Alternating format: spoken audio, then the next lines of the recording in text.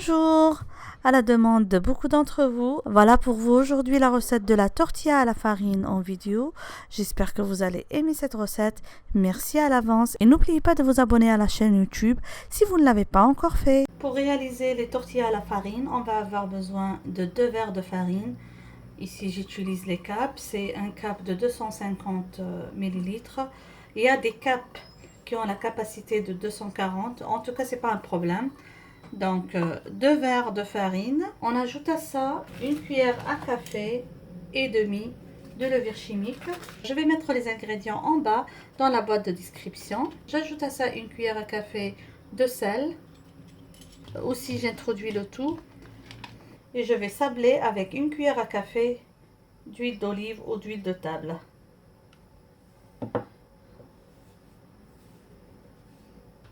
Donc j'introduis bien le tout.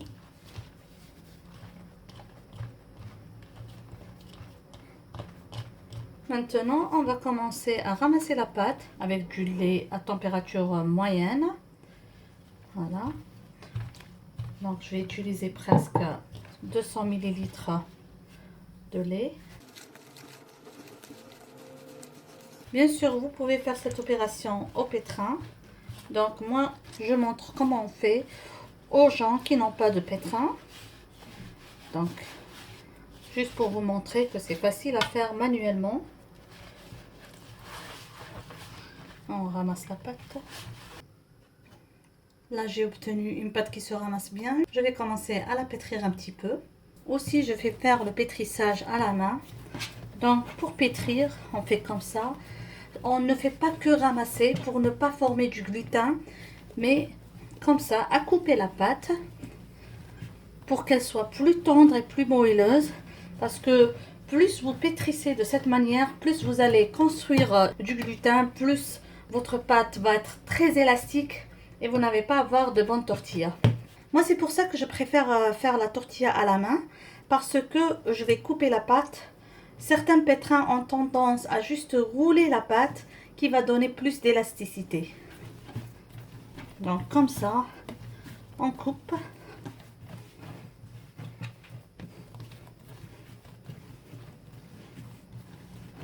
Je vais encore ajouter un peu de lait parce que moi j'ai pas terminé toute la quantité du lait.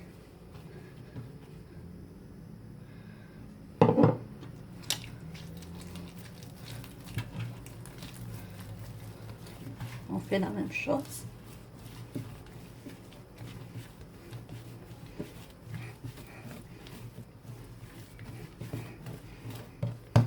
Bien sûr, dans la recette, j'ai noté 200 ml de lait, mais il faut toujours voir votre farine et son degré d'absorption.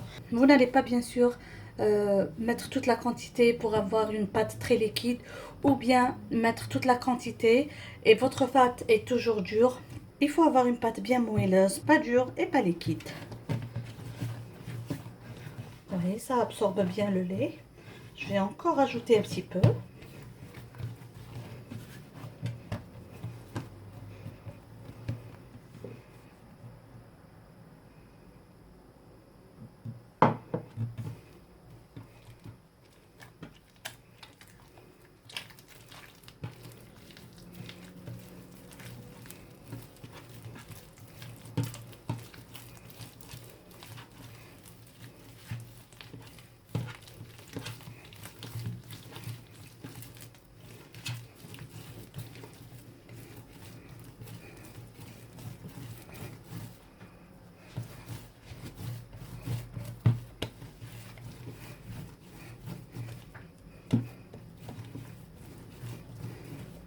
Vous voyez, malgré que ça colle un petit peu comme ça à la main, mais après ça va absorber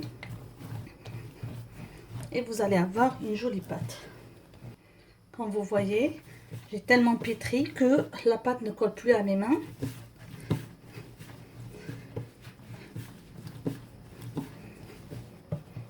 Là, comme vous voyez, je vais ajouter le restant de mon lait. Je continue à pétrir et à ramasser jusqu'à faire absorber tout ce lait. Au début, la pâte va vous apparaître très collante, comme vous voyez. Mais au fur et à mesure du pétrissage, elle ne va plus coller, elle va absorber tout le lait.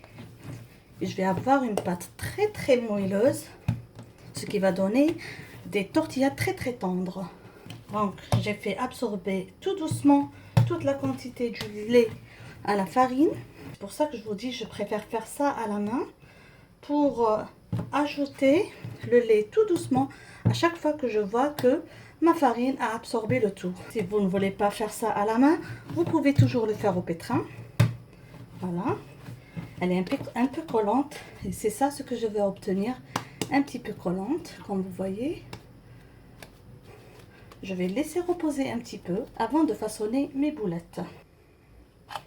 Voilà, après 20 minutes de repos, je vais retirer ma pâte. Vous voyez, elle est un petit peu collante, c'est pas grave parce que on va travailler sur un espace fariné. Donc, je vais diviser la pâte en 8 boulettes.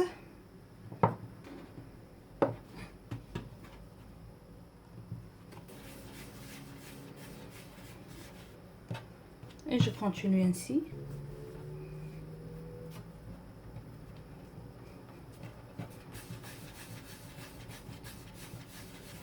Voilà, là j'ai façonné toutes mes boulettes. Je vais les remettre à reposer encore une fois sur un espace fariné, comme ça. Je couvre un petit peu avant de commencer à les étaler. Je vais les couvrir et les laisser reposer encore 10 minutes. La pâte a bien reposé, je vais l'étaler sur un espace fariné. Je vais l'étaler très finement. Il faut tourner chaque fois comme ça pour avoir des cercles. N'hésitez pas à fariner un petit peu la surface pour que ça ne colle pas.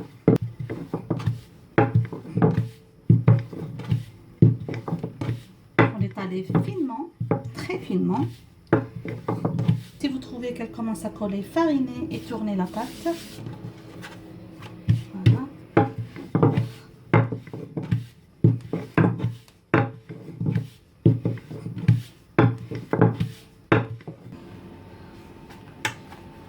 C'est vraiment très très fin.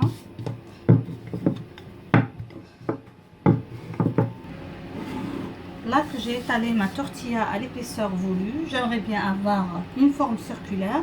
C'est pour ça que j'utilise le couvercle d'une de mes marmites, juste pour avoir de bonnes tortillas. C'est pas fait pour ça, mais ça fait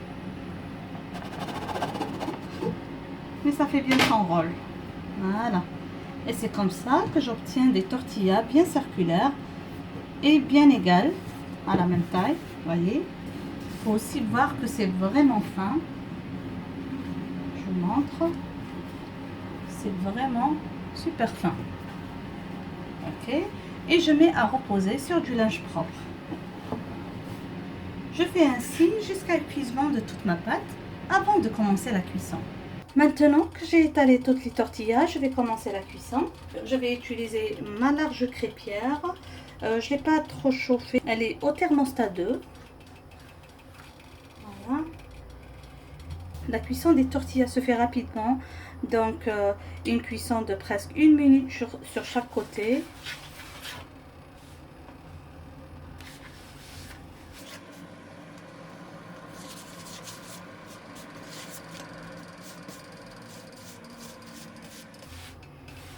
La tortilla, le principe dans la tortilla, c'est pas qu'elle gonfle, c'est un pain plat.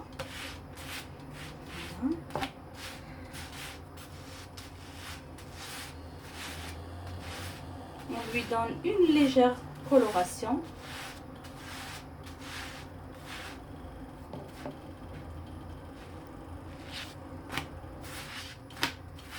Voilà. Et on laisse reposer sur du linge propre en continuant la cuisson de reste des tortillas.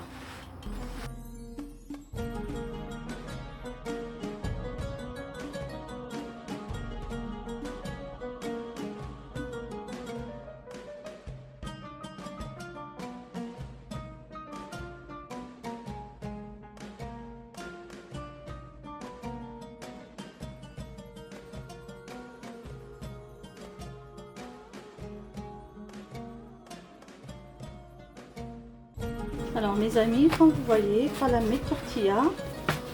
Elles sont bien cuites, comme vous voyez. Elles sont très fines. Je vais laisser bien refroidir, puis les placer dans un sachet spécial pour congélateur. Alors, si je vais utiliser ultérieurement, ça va être bien. Sinon, je peux congeler mes tortillas jusqu'à une autre utilisation. Comme vous voyez, elles sont très souples, faciles à rouler. Je vais vous mettre tout à l'heure des liens en bas dans la boîte de description de plusieurs recettes que j'ai réalisées à base de tortillas. J'espère que vous avez aimé cette réalisation. Je vous dis à la prochaine et bisous.